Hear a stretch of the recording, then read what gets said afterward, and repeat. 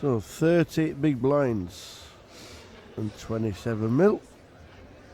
Less than 30. It's 1.6 million for the big blind. Oh, is it 1.6? Oh, that's Yes. my fault. I'm looking at the 800 thinking, yeah, I can work that one out. This is what happens when we have Tower on the rail for a little while. We need Tower in here 24/7. So call from Sergey, and Stephen decides he doesn't want to raise Queen 9. It's a hand which flops pretty well. This is a hard board to hit now, so... And Sergey does have a backdoor, does have some backdoors, flushes and straights, so he might elect to bet this as a bluff. Sergey's going to have to do something soon. We're about halfway through, I think, this blind level, and then it goes up to 1 million, 2 million. Yeah, he's going to bet here. He's basically betting because he has backdoors, and he has the stronger range pre-flop. I think it's more about the latter than the former, like that it's a stronger range pre-flop. I guess the backdoors don't hurt, but I don't... The backdoors don't hurt because if you bet a hand that has absolutely no backdoor, then you're going to have to give up on almost every turn. I'm guessing if you worked it out, the blinds at 150, 300,000 will be the last level. 1 million, 1.5 million, 3 million? Because they'd have Roughly 40 bigs in play, yeah. 20 bigs each. Yeah, I think if it was normally the level. 1 yeah. hour levels, we wouldn't see it get that far, but at half hour it certainly can happen. Absolutely. Yeah. Because we were 1 hour blind levels since day 2, but since they made the deal, I'm not sure if it was a rule of the battle Malta. Once the deal is made, a lot of festivals do that. Once the deal is made, the blind level was cut in half. It's also possible both players say, now that we made a deal, we'd like to have 30-minute blinds, and usually the tournament director would oblige for that as well. But I have a feeling it was the former rather than the latter, but rather not speculate further unless we knew that as 100% fact. So Stephen with Jack 5 on the button. This is the kind of hand you would normally just limp at this stack depth. He's having to think about it though. He might go for a raise here.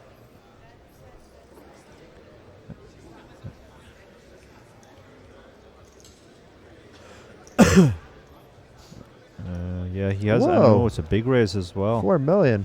Yeah. And this could be the spot that Sergey says, I'm getting it in, getting 4 million back. Sergey has to go all in there. There's 7.2 million out there. If he shoves and gets it through, he adds 25% to his stack. A bit of bad timing here by Steven, although it's not like the worst mistake in the world either, but Yeah. and it's not as big a raise actually, if come to think of it, because it's now 800,000, 1.6 million, so it is only a 2.5x. That just seemed bigger because we haven't seen a raise to 4 million. I think it was a 4x, was it? All in, snap fold. Yeah, snap fold. Love it. Easy decision for Stephen. No need to think. Yeah, Stephen raised bigger there to try and put pressure on because he had a hand obviously which he wanted to take it down with pre-flop. Didn't work out for him because he ran into a hand, which is the downside to that strategy of going big with a weak hand. You just lose more when your opponent actually has something. So while we're waiting for Steven to get back at the table, who are you going to have on the chip race next, Dara? Next week... Oh, God, I've forgotten already. Is it the Tower? It's not. The Tower is definitely going to be on at some point. But in the immediate show, I know we have Vicky Corrin coming up, not this week, but the following week.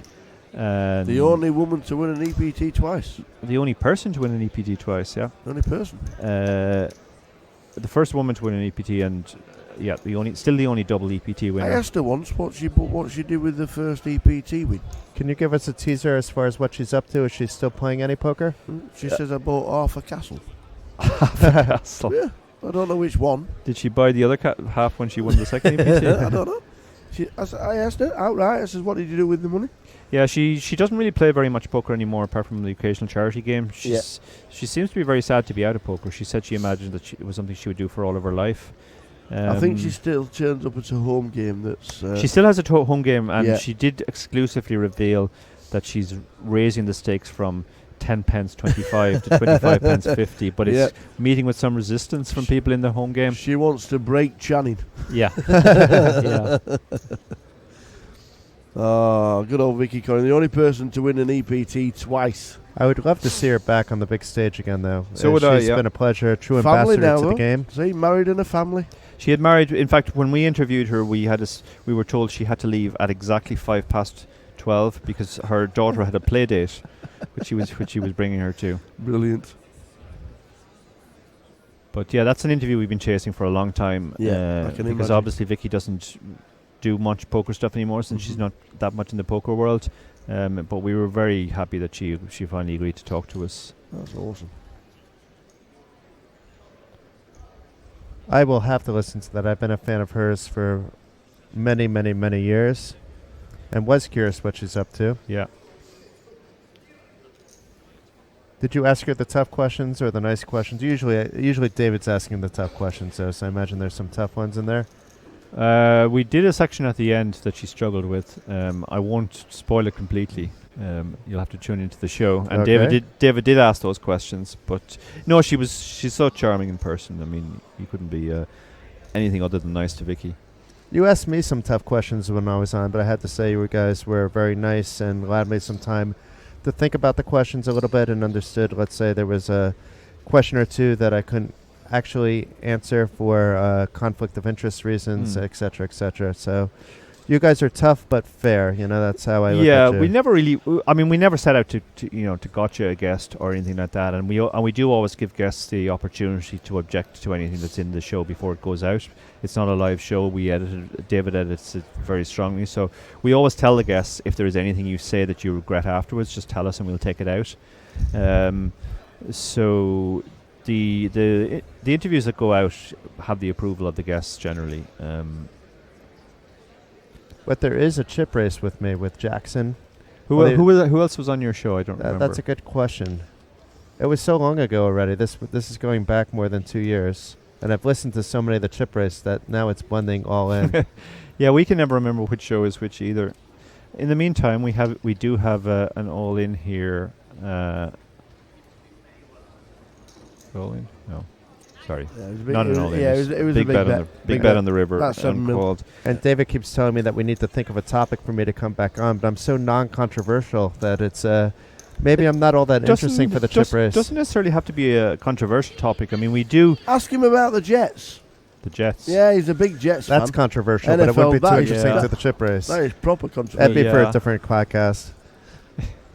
Yeah, you might need to go on David Tuckman's Just podcast for that. Actually, David Tuckman is a forthcoming guest as well. I just remembered. Cool. He's on this week's show. Just ask him which Love David. Wh- He's a which very N- good moderator. which He's a very N- good commentator.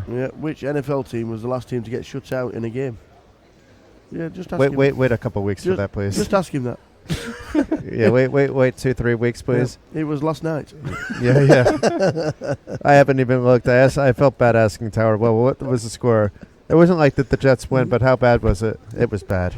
The Jets didn't put up any points. No, we are heads up for the title of Battle of Malta. It has been an amazing event from top to bottom, from the first person that walked through the door into the casino last week to right now with a 3-hour heads-up battle going on. It is and has been just an outstanding event, and thanks to everybody who's contributed in the comms box for us. Look what Donna linked in here. She linked.